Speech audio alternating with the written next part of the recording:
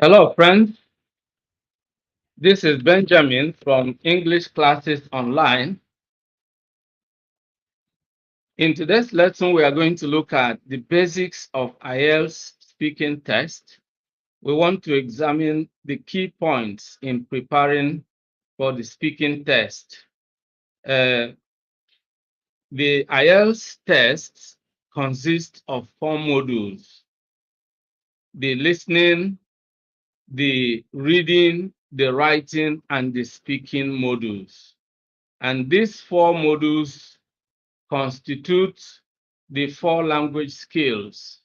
And so the IELTS test, which is a proficiency test, a test of your proficiency in the use of English, is aimed at testing, evaluating your skills in the 4 language proficiency areas: your ability to listen, your ability to read, your ability to write, and your ability to speak. So today, our focus is on the basics of the speaking test.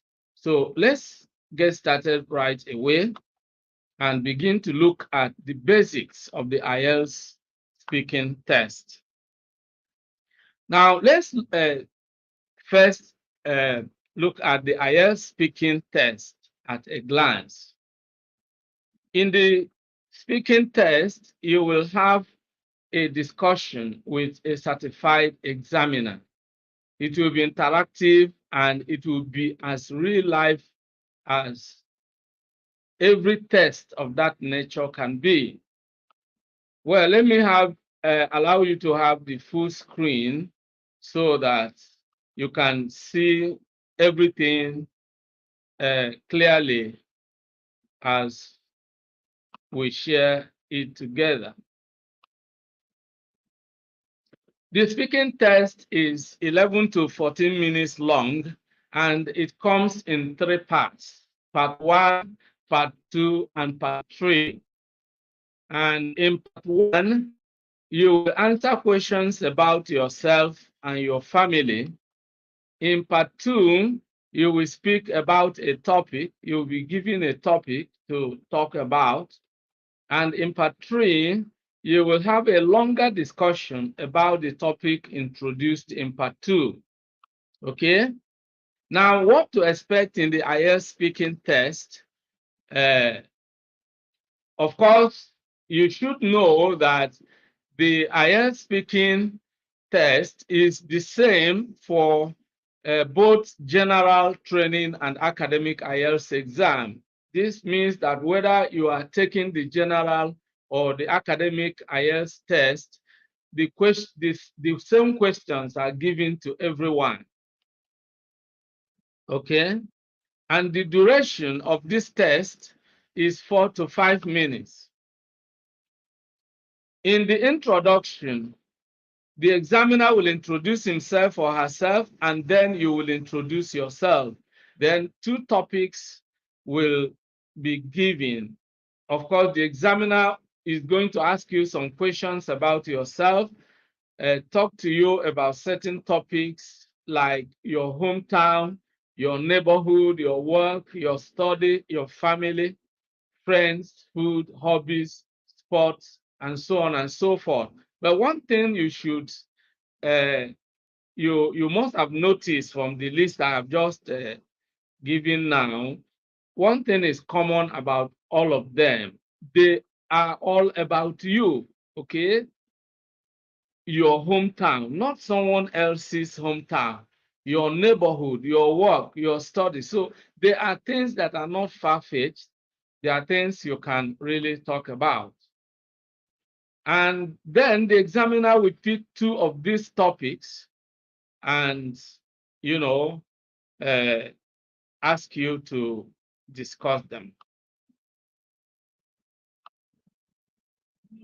Now, let's look at common topics in IELTS speaking.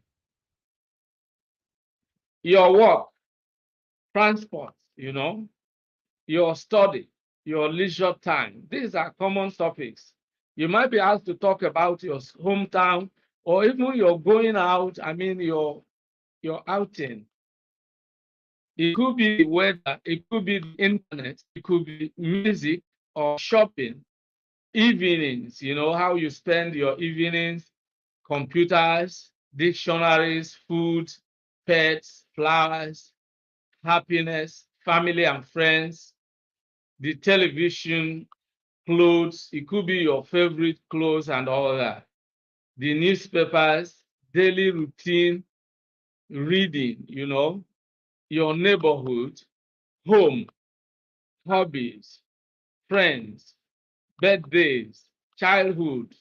All these are things that concern you. So you should be able to discuss them. But one important thing is that you should, during your preparation, which is why this lesson is important, we want to look at areas that you should concentrate on in order to prepare adequately for the speaking test. Okay? So this is how you prepare. You should know those areas that you are expected to answer questions on, and then you prepare. That's how to do well in any exam. Then let's look at the speaking test part one, the types of questions that you should expect. For example, let's talk about your hometown or village. The examiner could start like this. Don't forget that it is a real life conversation. You are going to have a conversation with a certified IELTS examiner. So you are going to sit face to face with the examiner, and the examiner will ask you questions as if you were attending an interview. So look at it as a kind of interview. And so you should be prepared to talk about anything the examiner wants you to talk about. The examiner could start by saying, let's talk about your hometown or village. What kind of place is it? What's the most interesting part of your town or village? What kind of jobs do the people in your town or village do? Would you say it's a good place to live? Why? These are the types of questions. Let's move on to talk about accommodation. Okay? Tell me about the kind of accommodation you live in. How long have you lived there? What do you like about living there? What sort of accommodation would you most like to live in? These are all questions concerning your interest, and you should be able to talk about them. So you just have to be adequately prepared, to talk about things that concern you, things, concerning your interest. Okay? There are things about everyday life. There are things about life generally. Okay? Now, there are some parameters for assessing your answers, and we want to look at them. There are 4. The first one is pronunciation, your ability to pronounce English words correctly. Number 2, fluency, which has to do with, your ability to speak fluently, to speak naturally, to speak confidently and clearly, okay, without unnecessary hesitation. Number 3, vocabulary, your ability to use different words, okay, your ability to use words interchangeably. For example, instead of uh, continuing to say, I like football, I like this, I like that, you should be able to have different words that, you can use to spice up your speech. So instead of saying, I like football, you can say, I enjoy watching football, or I prefer football to tennis, or I'm always excited whenever there is a football match, okay? Something like that, just using a variety of words, different expressions to talk about different things, okay? And the fourth one, grammar. Grammar has to do with, the rules that govern the arrangement of words in English sentences. So you should be able to use English sentences correctly. Your proficiency in the use of English has to do with your use of correct sentences in English. Okay, that's really key. Because if you are unable to use correct sentences, then of course you won't be able to communicate your thoughts. After all, uh, it is all about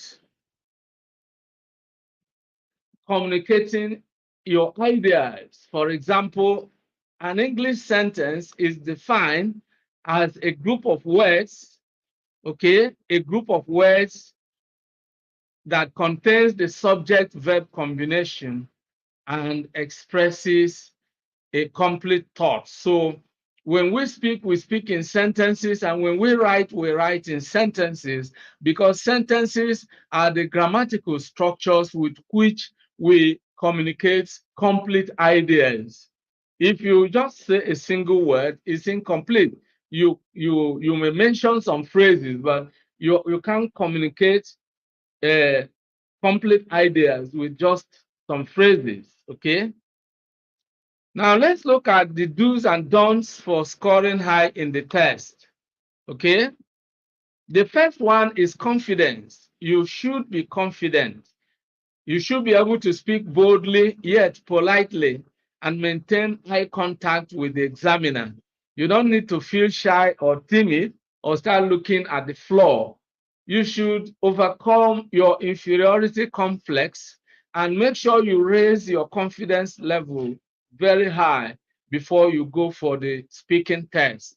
Because the test is about your ability to communicate your ideas clearly and confidently, okay? And then the second one is being friendly. You should be friendly. That is really very important because the English culture emphasizes politeness. That is why English as a language makes use of modality. Some modal verbs have various communicative functions, and most of them, or some of them, are used in expressing politeness. So politeness actually is essentially one of the most decent aspects of human culture, because there's nobody really who enjoys hostility. If you are hostile to anyone, they won't like you. They won't be comfortable associating with you. So if you are going to sit face to face with an examiner, then of course you should behave yourself in a very friendly manner. Then the next thing is that you should show excitement where necessary. For example, if you are asked to talk about your hobby, your favorite sport, or talk about an activity that you enjoy doing most, okay? Then you can't be talking about them with a frown on your face or in such a very cold manner that one might be wondering whether you actually enjoy what you are talking about. So uh, when you are excited, I mean, when you exhibit excitement, it shows that you are, being true to life. If you say you enjoy doing something, then you should be able to exude the feeling that you are talking about, okay? Otherwise, you will be considered quite hypocritical about what you are saying. You couldn't be saying that you love something. and you enjoy doing something, and then the expression on your face doesn't really show that. And even there's no enthusiasm in your voice to show that you really enjoy doing such a thing. Now, the fourth one is the use of appropriate vocabulary. You know, you should be able to express your ideas with the appropriate words. According to Jonathan Swift, a notable English scholar, proficiency in the use of a language has to do with putting proper words in proper places. If you are talking about sports, you should use words associated with sports. If you are talking about music, you should be able to use words that are associated with music, and so on and so forth. Now, let's look at other do's and don'ts, and then let's go to specific examples. You know, when we are looking at some of the things that can help you to score more marks, your ability to find alternative ways to say what you want to say. For example, when you want to say, I like music, for example, you should be able to use other words to talk about it. Because if your topic is music and you are talking about music as something you like most, or your favorite hobby, something you enjoy doing or listening to, then it will sound monotonous and archaic if you keep saying, I like music, I like this, I like that. I mean, you are sounding monotonous. But if you use other words like I enjoy, I love, I prefer X type of music to Y type of music, I really love, I really enjoy listening to inspirational music, you know, you spice up your speech with a variety of expressions, and that actually exhibits your proficiency in the use of the language, which is what the test is all about. Now, you need to avoid short answers.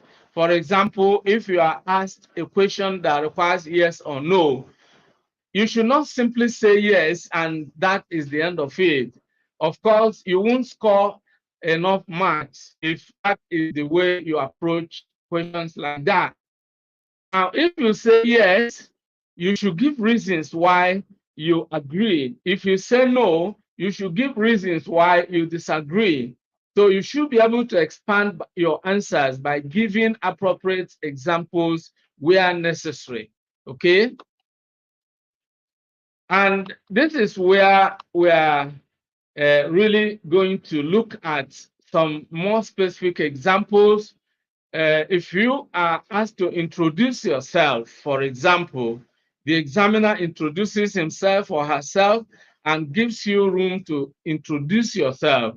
You could simply say, hi, my name is Benjamin. Nice to meet you. Okay? You don't have to, say so many things about yourself. That's not really what is expected. Just introduce yourself. Okay? Now, you should also know that the questions are not going to be difficult, so you don't come to this test feeling worried, feeling agitated, feeling afraid or intimidated, if you like. No, you have to prepare your mind. You have to be psychologically prepared by telling yourself that these questions are questions you can respond to adequately. There are things that are within your control. They are not far-fetched. After all, there are things about you, your hometown, your work, your study, the things you like doing, and so on and so forth. So there are not some technical things that require some technical knowledge. No, there are things about everyday life, and there are things concerning you.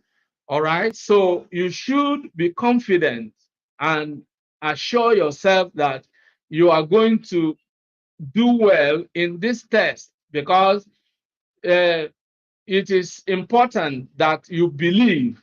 You know, one thing I always tell people is that there are two major things that separate the experts from the novices. The people we call experts today, we are novices like us yesterday. Now, what separates the expert from the novice is the ability uh, to learn, the willingness to learn. Of course, the willingness to learn, that's number one. And number two, the belief that it is possible. That's just it. Willingness and belief. These are two critical things that you need. And then you will be psychologically prepared for the test.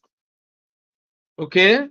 Then we want to look into this in greater detail, talking about what the examiners and the markers are looking for, the criteria they are going to use to assess your answers. We already hinted at them when we talked about the parameters for assessing your performance. There are four, and we want to begin with pronunciation. Pronunciation is about how intelligible your speech is. You know, when you speak, someone else listening to you should be able to understand what you are saying clearly. And I must add here that you don't have to mimic a native speaker. It is not necessary. You know, the native speakers from various English native speaking countries don't have the same accent, you know. Or do you expect an American English speaker to have exactly the same accent with a British English speaker? No, you have the American accent, you have the British accent. The important thing is intelligibility, and that is taken care of under pronunciation. Your ability to pronounce English words correctly, all right? Use the correct intonation patterns. For example, if you are saying a statement, you use the falling tone. If you are saying a yes or no question, then you use the rising tone. But these are all the normal aspects of the language. And as a user of the language, these are things you ought to be familiar with. So they are not really strange. So you don't have to sound artificial by trying to imitate a native speaker's accent. No, speak as naturally as you can, yet intelligibly and clearly. Okay.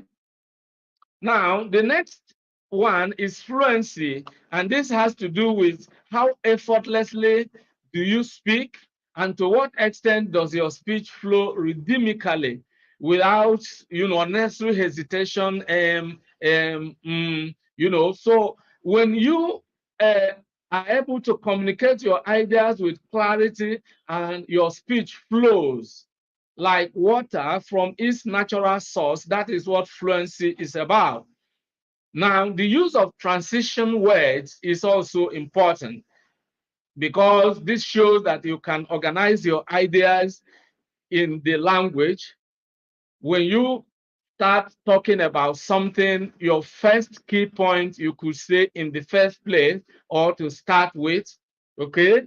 And when you are through with discussing that idea, you want to introduce a new idea, you can say moreover, furthermore, or in addition to this. Or you can simply say another important aspect of what you are talking about is this or that. Another factor responsible for this is this or that.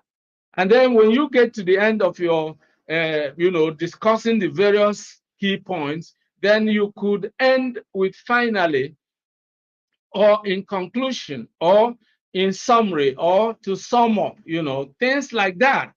Very, very important, because they actually indicate that you are proficient in the use of the language. Okay. Now, the fourth one is vocabulary. Okay. Vocabulary has to do with how well you use a variety of meaningful English words in their proper places. putting proper words in proper places. For example, if you are talking about agriculture, you should use words that are relevant to agriculture. If you are discussing building construction, you should be able to choose words that are associated with building construction. If you are talking about computer, use words that are relevant to computers, and so on and so forth. Another thing is your ability to use high level words, okay, instead of sticking to low level words that, rather sound monotonous or archaic. I already hinted at that when I told you about I like, okay?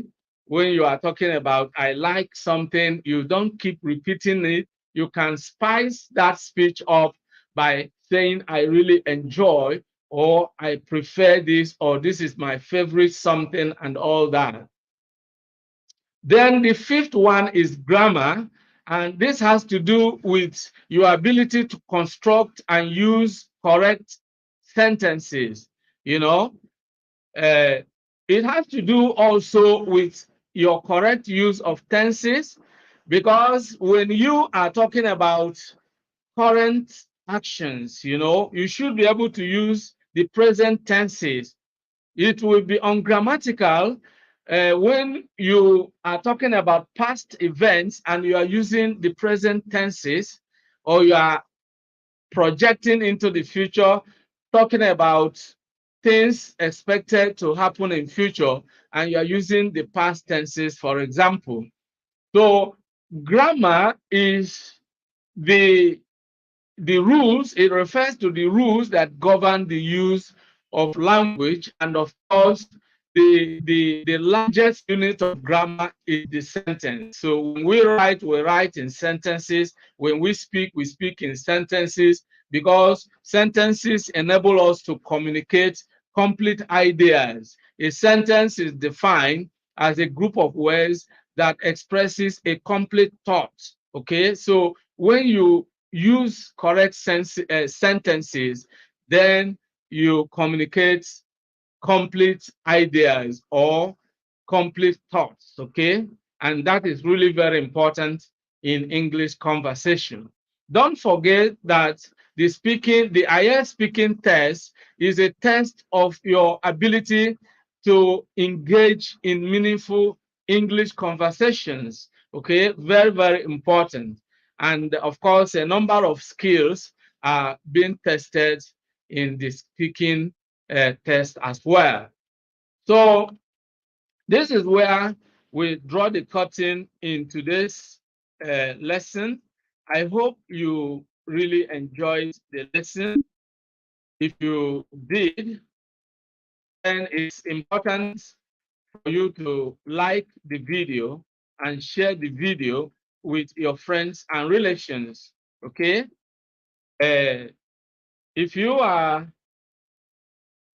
interested in other videos like this, then of course I implore you to make sure you subscribe to this channel if you have not done so, and make sure you click on the bell icon as well, so that whenever I upload a new video, you will be instantly notified. Now, we do not only teach English on this channel, we also teach content creation, because we believe strongly, and it is quite correct, that language is a very powerful tool for creating content. And if you can create valuable content, then you have the right to monetize your content and be able to create multiple streams of income for yourself. So we teach content creation, how you can use the English language to create content. On this channel, we create content and we communicate content, valuable content. And of course, those of you who have given us your massive support, you have done so because you have always found value on this channel. And so it is very important for you to make sure you subscribe to the channel, so that whenever We upload new videos, whether they are on English topics or content creation or content marketing, digital marketing, various aspects of digital skills that can enable you to tap into the 21st century digital economy. The entire world economy today has gone digital. And so you will learn a lot of ways in which you can tap into the digital industry. By the way, if you are preparing to take the IELTS test, we have a complete training course that we have put together on English classes online. And if you are interested in joining that course, you will find a link in the description box. Just click on it and you'll be able to join the course. Then we have an alternative to the IELTS test, which is the Duolingo English test. Is cheaper and it is easier, and a number of people are beginning to prefer the Duolingo English test, but it depends on the country that you are intending to go to, either for study or for work. Now, there are thousands of institutions globally that have accepted Duolingo English test, and they also accept the IELTS test. So it depends on which one you decide to take. The IELTS test is actually almost the most popular among them. You have other alternatives like TOEFL and so on, but IELTS has been quite popular. And if you want to go for the IELTS test, you can join our training course. Then you will find some ebooks. The links are on the description box, and one of them is free, completely free, and that is an ebook on the units, the basic units of English grammar. So if you are interested in that, you can simply click on the link and then you will download a free copy for yourself. There are some other ebooks you will find quite useful, whether you are a student at high school or an undergraduate at a university, or you are interested in gaining proficiency in the use of the English language. That book will be one of them I'm mentioning now, Good Success in English, okay? It's a complete study package for effective English learning. And so you can click on the link and get a copy for yourself. There are others. And we have ebooks also dealing on skill development, okay? Such as how to create and sell info products, how to start an online business with little or no capital, and others. There is also an ebook that is about career development, those who are really not sure which career they should pursue in life. They want to be sure. That book is what you need. If you want to be sure of the type of career that will suit your personality, you need to grab a copy of that book. It is titled The Blueprint for Amazing Career Success. In fact, it's an all-encompassing ebook. It is like no other, because it really is an in-depth study of this subject. You will find it interesting, amazing, okay? Because it will show you everything you want to know about choosing the right career for yourself. So if you are interested in the book, if you can't find it listed in the description box, you can simply type a comment that you are interested in that career book, I will send you the link and you'll be able to grab a copy. If there is any of these ebooks I mentioned, you can't find the link, just type that you are interested, and then I will send you a link for you to download a copy for yourself. So this is where I want to say a big thank you to all of you. If you have any comments, any suggestions, or any questions, then you can simply kindly leave them in the comments box below. I look forward to seeing you in the next class. Goodbye for now and remain blessed.